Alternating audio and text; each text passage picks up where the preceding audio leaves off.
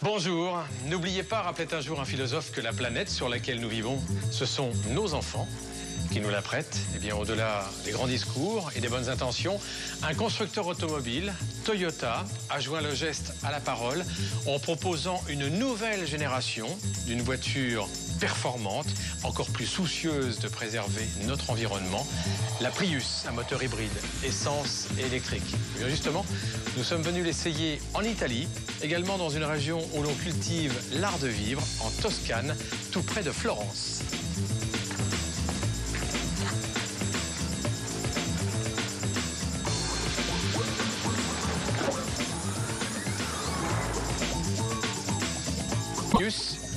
En avance sur son temps, en latin, cette nouvelle Toyota, moteur hybride, essence, électricité, est également en quelque sorte le fer de lance, le symbole d'un nouveau concept automobile, enfin soucieux de préserver votre environnement.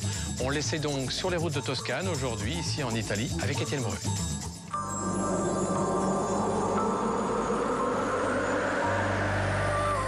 Toyota travaille.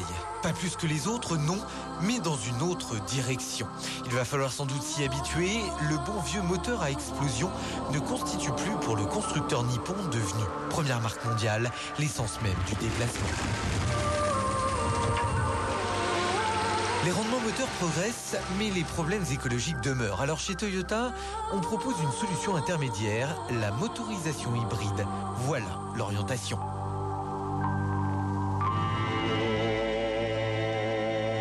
À Florence, ville de renaissance, la deuxième évolution de sa Prius.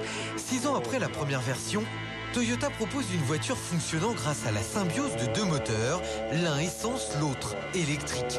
La Prius deuxième génération revient avec une technologie améliorée et une robe plus enveloppée.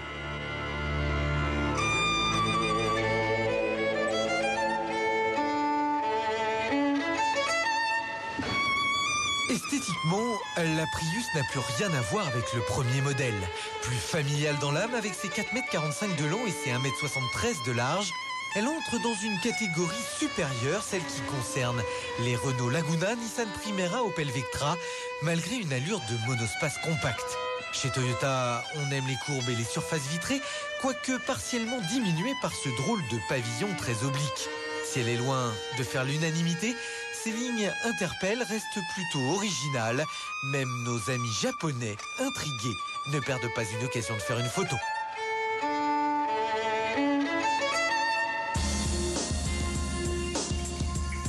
L'environnement intérieur n'appelle à aucune remarque particulière. Il y a de la place, un certain confort et la finition reste dans l'ensemble dans la moyenne de la catégorie. On retiendra juste que l'écran central, qui regroupe l'ensemble des informations de bord, est tactile et que le levier de commande de la boîte automatique est inédit dans son mode d'utilisation, tout comme le bouton P du frein de parking. Mais l'intérêt de la Prius est ailleurs. La Nippon utilise un nouveau système appelé HSD pour Hybrid Synergy Drive.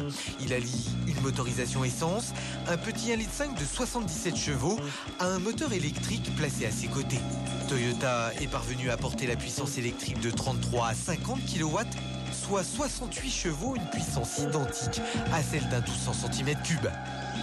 Alors, pas besoin de clé pour démarrer la voiture. Une simple pression sur Power. Aucun son, c'est normal, parce que la voiture démarre toujours sur le mode électricité. Mais alors, en roulant, quel moteur est utilisé? En fait, le système sélectionne automatiquement, grâce à une boîte de transfert, la motorisation la mieux adaptée à la situation, dans le but d'optimiser au mieux le rendement. Il est vrai qu'en mode urbain, le moteur électrique sera davantage sollicité à faible allure et en marche arrière également. Devenue silencieuse, la Prius passerait totalement inaperçue. Attention, il n'y a pas d'avertisseur sonore à l'extérieur, un danger pour les piétons, mais l'avantage c'est qu'il n'y a aucune émission polluante. Nouveauté sur le modèle 2003, vous pouvez forcer le mode tout électrique pour de très courts trajets. Mais attention, l'autonomie ne dépasse pas les 2 km à 50 km/h.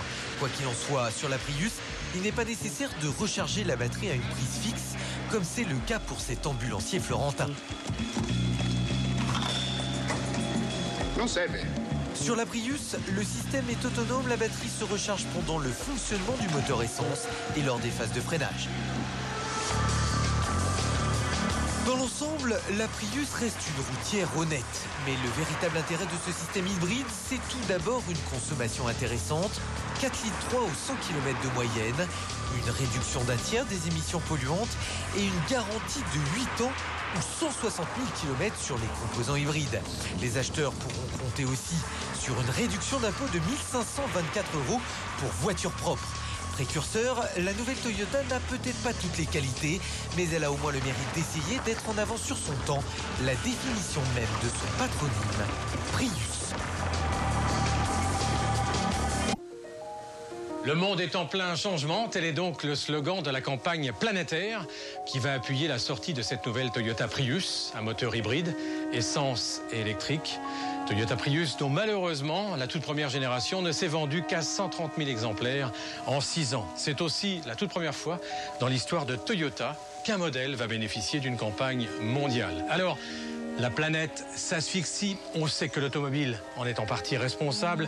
700 millions de voitures sur les routes du globe aujourd'hui, 1,2 milliard prévus en 2020 avec notamment l'émergence de nouveaux marchés comme celui de la Chine. Il y a donc quelque chose à faire dès aujourd'hui pour livrer à nos enfants et à nos petits-enfants une planète restaurée qui respire bien à nouveau. Alors justement, faut-il pour cela acheter une voiture comme celle-ci? Eh bien pour le savoir, toute la rédaction de Turbo s'est succédée au volant de cette Toyota Prius, un moteur hybride.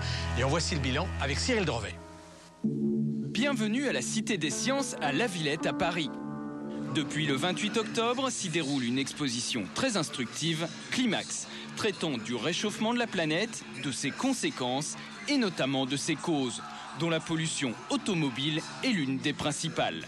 À cela, il existe une première réponse et elle nous vient d'un constructeur asiatique, c'est la Prius de Toyota. C'est la première voiture hybride de grande série, c'est-à-dire qu'elle est propulsée par un moteur essence et un moteur électrique qui cohabitent. Cette solution s'annonce révolutionnaire sur le papier, mais qu'en est-il au quotidien? Est-ce la solution miracle ou une énième arlésienne comme le GPL ou la voiture tout électrique? Pour le savoir, nous avons essayé l'ancienne génération sur plus d'1 mois et dans les situations d'utilisation les plus courantes. Voici nos impressions. 1 mois à son bord et ce fonctionnement continue de nous émerveiller. Pas besoin de recharger les batteries, c'est le moteur essence qui s'en occupe quand vous accélérez ou un alternateur spécial qui exploite l'énergie des décélérations et du freinage. Un écran sur le tableau de bord vous renseigne en permanence du niveau de charge des batteries et de l'activité de l'un ou de l'autre des moteurs. C'est extrêmement ludique et on ne s'en lasse jamais. Concrètement, il suffit de s'arrêter à un stop ou un feu rouge pour que le moteur essence s'arrête de lui-même.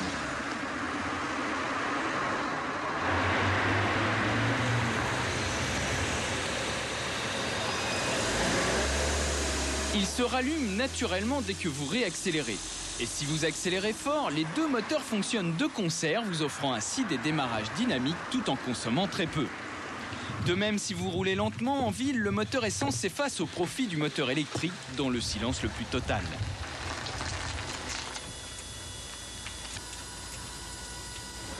Le plus troublant, c'est pour se garer. La plupart du temps, c'est le moteur électrique qui se charge de la manœuvre et une fois immobilisé, il arrive que l'on oublie que le contact est mis. C'est juste une question d'habitude. En revanche, dans les embouteillages, on aimerait pouvoir forcer la machine à rester sur la propulsion électrique, un manque, vous l'avez vu, qui a été résolu sur la nouvelle Prius. Sinon, c'est sur la route et sur autoroute que la Prius montre ses limites. Lors des accélérations, le moteur essence est assez bruyant. Il faut maintenir une vitesse constante pour qu'il redevienne discret. À noter aussi que les reprises ne sont pas exceptionnelles. Quant au comportement routier, ce n'est pas une sportive, mais il n'est pas affecté de défauts majeurs. On roule en toute sécurité. Mais le principal intérêt, c'est que cette double motorisation permet à cette auto d'un gabarit assez conséquent d'égaler les consommations des petites citadines diesel les moins gourmandes, tout en polluant beaucoup moins. Ainsi, nous parcourions en moyenne près de 700 km avec un plein de 43 litres dans le trafic parisien. C'est vraiment la révolution annoncée. Bref, au final, le bilan est plus que satisfaisant car la Prius s'utilise comme n'importe quelle autre voiture et si son prix est un peu plus élevé que ses concurrentes, il faut relativiser par sa consommation réduite, autour de 5 litres au 100, et des aides de l'État. Oui, effectivement, tout acquéreur d'une Prius neuve bénéficie d'une aide gouvernementale, d'une réduction sur ses impôts de 1 524 €. Cette aide est même portée à 2 300 € dans le cas d'une reprise faite donc par le concessionnaire d'une voiture de plus de 10 ans d'âge destinée à être détruite. Et cette technologie est si prometteuse que Toyota va la décliner sur plusieurs de ses modèles stars, comme le 4x4 Lexus RX et le monospace Previa. Et d'autres constructeurs comme Honda notamment lui embrayent le pas.